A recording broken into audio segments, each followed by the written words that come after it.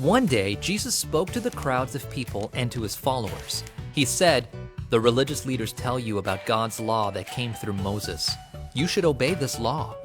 Then he told them, "But do not be like the religious leaders, because they tell you to do one thing, but they don't do it themselves.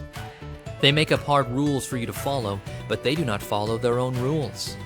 The religious leaders, the scribes and Pharisees, believed the right things, but they were doing something wrong.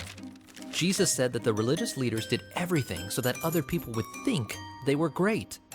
They liked being front and center, getting all the respect and attention, and being called teacher by others.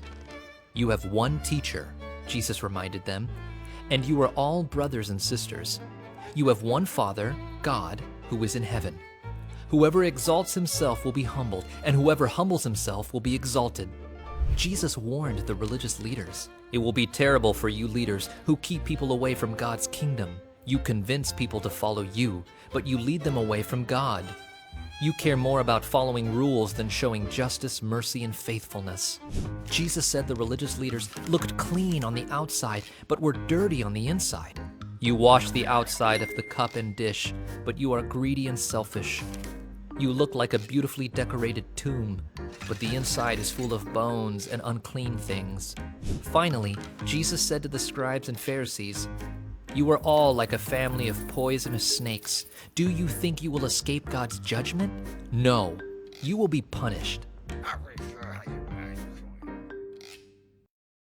Jesus said that the greatest commandments are to love God and love others. Matthew 22:37 through 39.